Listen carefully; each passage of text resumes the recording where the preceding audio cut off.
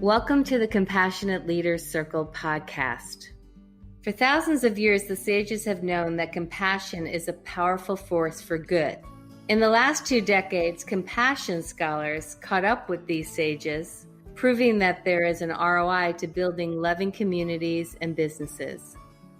This podcast features leaders who can teach us about the power of compassion.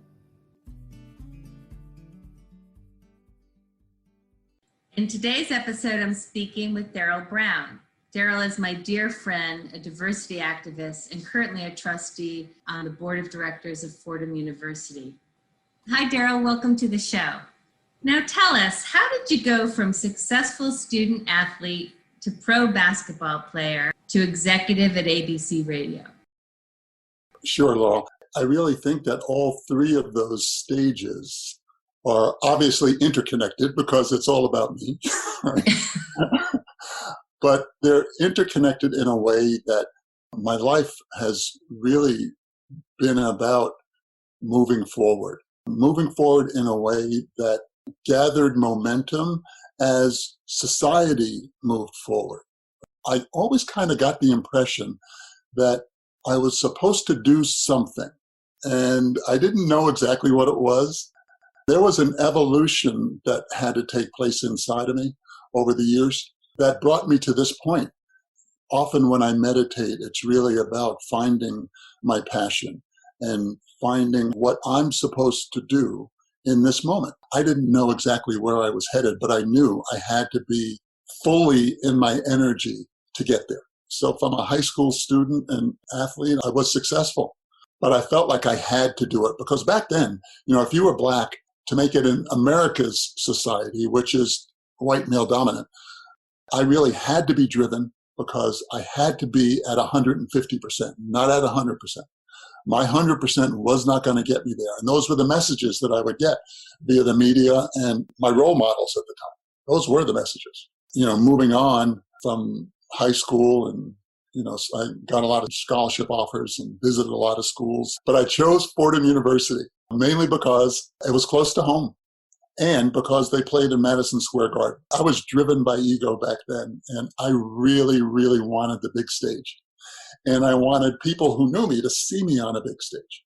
So back then, the New York Knicks it was the most unbelievable team that, for me, was ever assembled. And I was a big Knick fan, and they continually sold out Madison Square Garden. Fordham University, who played in Madison Square Garden, and was also selling out the Garden for the games that they played. So I wanted to be a part of that. Fordham had a great law school. They had a great academic reputation. So I wanted to be a part of that. So that's why I went. Was playing basketball professionally something you always aspired to? I never thought that my goal was never to be in the NBA. A lot of athletes' dream is to be a professional, to go into the NBA or the major leagues or play in the NFL or Major League Baseball. That's why you put so much into it. That was never my dream. It just wasn't. So I did well in college, played well. I was an academic All-American, and I got drafted by the Boston Celtics. After I was drafted, I said, I'm going to give it 2 years, and that's it. And after 2 years, I'm not going to continue to chase after it. There's a process going to rookie camp, and then if you make it to rookie camp, they take 7 people out of 40, and then you practice with the Celtics team, and you are a Boston Celtic. You play exhibition games, and then every other day, 20 goes down to 19, and then it'll go down to 17, and then it'll go down to 15. You're playing games, but this 2-week process of elimination, it's like musical chairs, except that probably about 10 veterans already have their spot. So you're really only competing for 2 or 3 spots. And over those 2 weeks, the chairs get eliminated.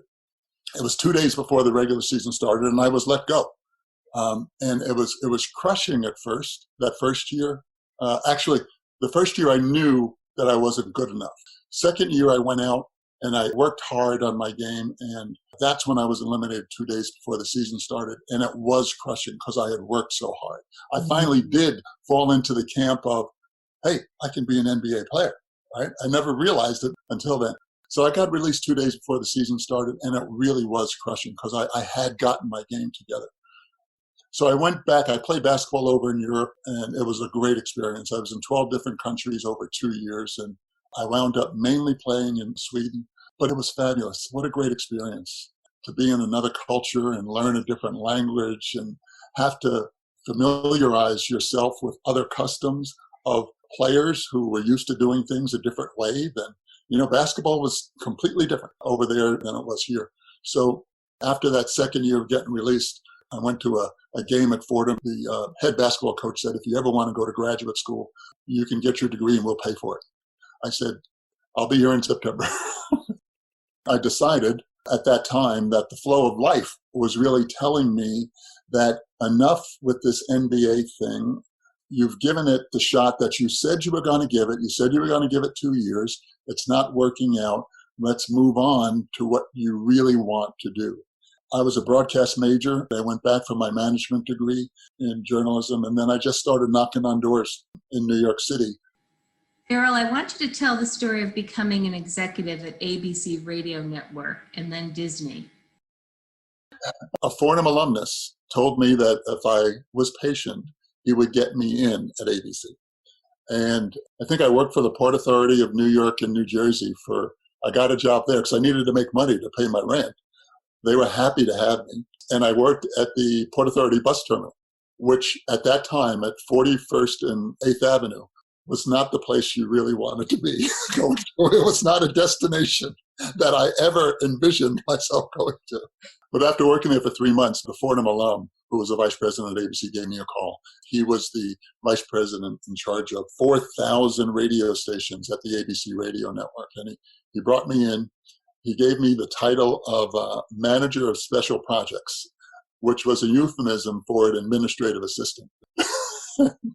And he kind of said, do something with this. I don't know what you're going to do, but do something. So when I got there, I said, wow, there's some other radio stations that you're not programming to. And there's an audience out there that you're not reaching. And that is the Black audience, right? So they weren't selling their commercials to 13% of the population. So I convinced them that they were leaving money on the table. That they understood. They didn't understand Black radio, but they understood that they were leaving money on the table and that might be a new revenue stream for them. In the advertising community, during the 60s, there were no Black images. The advertising community had said early on, Black people don't buy things. They don't have money, so they don't buy things. So why should we advertise to them? Which is one of the reasons why ABC did not have Black programming, because they couldn't sell commercials. Because if they thought it was Black, they wouldn't buy it. So, it's all part of the same scheme. The value of a Black viewer or a Black listener was less than the value of a white viewer or white listener. So when I got into ABC, I wanted to prove that the Black listener, the value of reaching them is worth millions. It's worth millions. And that's exactly what happened. I did the background work and proved it inside of ABC and found a talent here in Dallas, Tom Joyner, who was advocating for Black people forever. We took him national. He was on 2 stations, and we took him from 2 stations to 126 cities across the country. And it was a national phenomenon. It was wildly successful. We had 65% profit margins. It was a gold mine. It was a gold mine because we were able to increase the value of a Black listener. That's really where it was. What an amazing story. We've just got to admit that sometimes economics propels social change. Our entire system and the inherent injustices are built around power and economics, right? It's really all about finances. So I don't know how I knew that, but I knew that. There was something inside of me that said, there is a theme here. And it is really corporate ignorance, number one, and fear of not making a return on their investment by investing in Black America. And there was also a lack of leadership inside of ABC. And here I am making $17,000 a year and administrative assistant saying, hey, listen, let's go this way. That's what really made them invest in the urban, they wouldn't call it black. Right? That's what really made them invest in urban radio. It's painful that they would be willing to spend the money, but not able to call it what it actually was, a black audience. Just that in itself was an unnecessary slight, because when they go out to sell commercials, they would sell commercials and label it the urban audience so that they'd be able to say that urban means city. And in the city, they're white people too. It's not a black audience, it's an urban audience, which enabled them to sell it for more money. So again, let's go back to the idea that economics drives justice. And I knew that with the money that ABC had, with that kind of power, we could do some good things for the black audience. And at that time, I didn't care what you called it. Right? I really didn't care what you called it. I just wanted to be a part of developing a platform to deliver quality audience with the backing of ABC and then later on Disney. It just was a fabulous, fabulous marriage that started in, I guess I started there in 1980 and the urban program development started in 94. And speaking the truth, we had white ABC account executives selling it. So think about that. We had white account execs going out to white advertising agency people, speaking the same language and getting a higher rate for the black consumer. But really what it came down to was white people trusting white people. It's an awful truth, right? But that is exactly what happened. Every program that we developed, and as we expanded our department, we got into Hispanic radio. It was wonderful. My level, I was an executive vice president, and underneath that came senior vice presidents, came vice presidents, came directors of programming, all with backgrounds in their respective fields. Now they had these titles inside of ABC and Disney. I mean, it was just wonderful. I was able to build a department that, was made up of people who looked like me. And they saw me in a position so that they knew that they could get there too. And what a wonderful experience that was. It was just absolutely wonderful. Do you think there is room for even more change? Yeah, there's so much work to be done, and there's so much education that has to happen. And I'll tell you, I specifically talked about the white account exec going to the white agency because they trust each other. That phenomenon still is in place because it's going to take white people in power listening to other white people who are willing to teach for things to change. Black people have tried to do this since the 60s, and it hasn't worked. We haven't seen demonstrable change. So in order to see change, there has to be an educational process that goes on with white people. It's not about giving handouts to black people.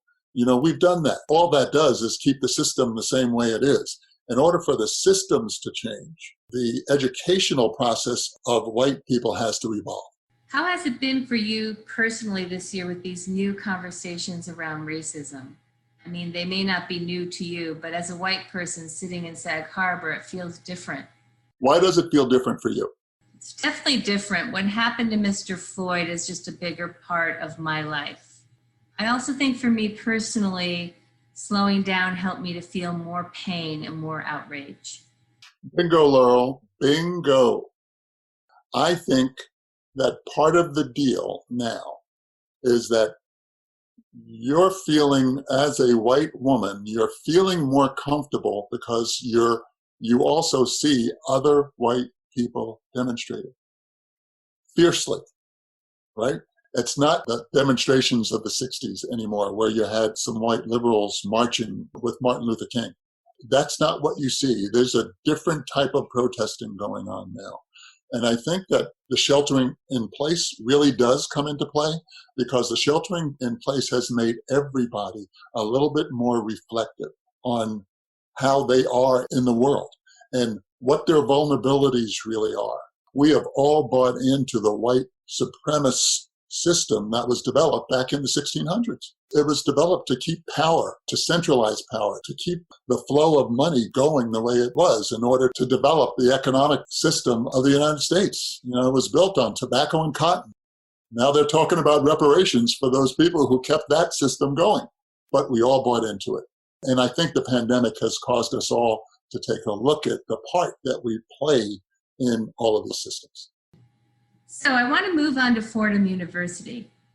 Talk to me about the progress you've made as a board at Fordham, going from not talking about race to talking about it. I'm really curious about that.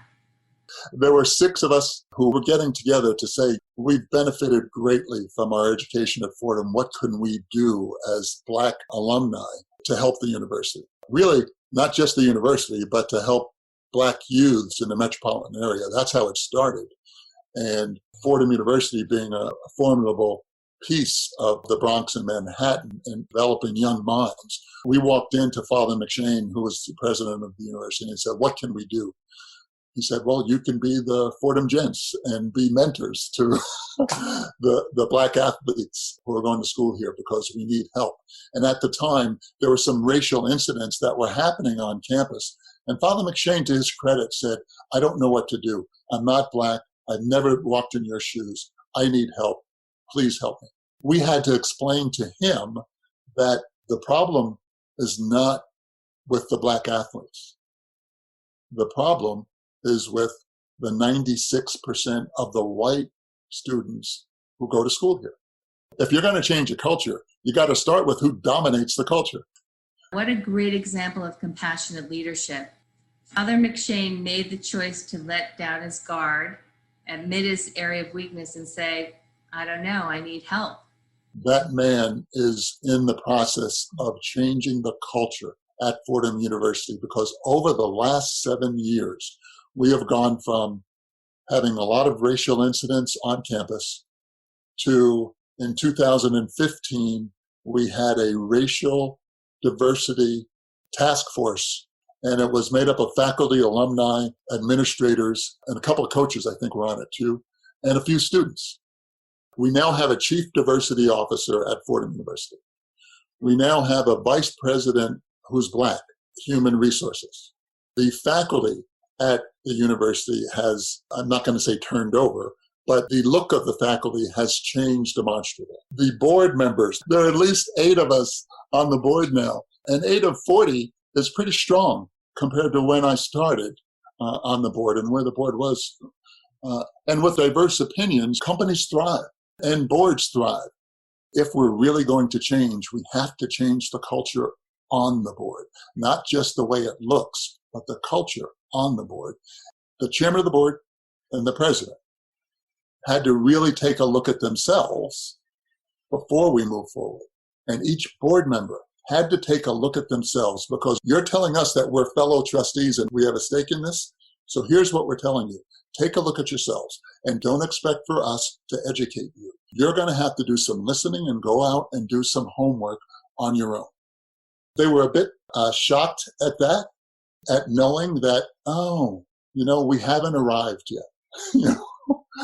And in order for this thing to change, it's going to take some training. So they committed to training at the board level, administration level, faculty level, as well as the student level. So all levels will go through a training process so that slowly but surely, and this is a marathon, this is not going to happen over the next couple of years. Things will change there. Things will change. Things have changed. Things are changing, and as long as you can point to a program that's in place, trainings that are in place, reflections from the dominant class that are in place, then you have a shot at changing culture.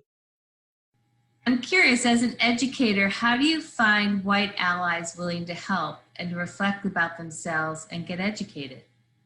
Yeah, let's talk about the Jesuit mission and being of service. Let's talk about any religion, really. If one person is poor, we're all poor, right? If one person is troubled, we are all troubled. Father McShane ends his commencement speech to the graduating class at Fordham by saying, go out and be bothered. You should all be bothered, right? And that always, every time I say it, an emotion runs through me that I know I'm on the right path. And I personally have always been bothered. That's why I've done what I do. For Fordham, it was going back to their core values and living them. And I think for a lot of us, we can start there, whether it's our parents that taught us how to live life, or what we learned in school, or what we learned in our religion, going back to basics in some way. You know, Laurel, if you look at what are the top nonfiction books now, one of them is White Fragility by Robin DiAngelo. I encourage all white people to read this book, mainly because it's a white person talking about her fragility around having a discussion about race. So you're so right about being courageous enough to to stomp on eggshells, right? Because we all have to put our fear guard down. We have to be vulnerable to listen to one another. And White Fragility really spells it out, which is why it's one of the best sellers in nonfiction. Well, Darryl Brown, thank you for being bothered. Thank you for joining us today. We really appreciate it.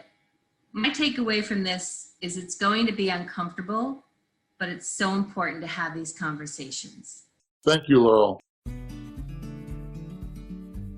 Thanks for listening to the Compassionate Leaders podcast. You can learn more about us at compassionateleaderscircle.com. Please join us each week as we shine a light on compassionate leaders making a positive impact on their communities and the world.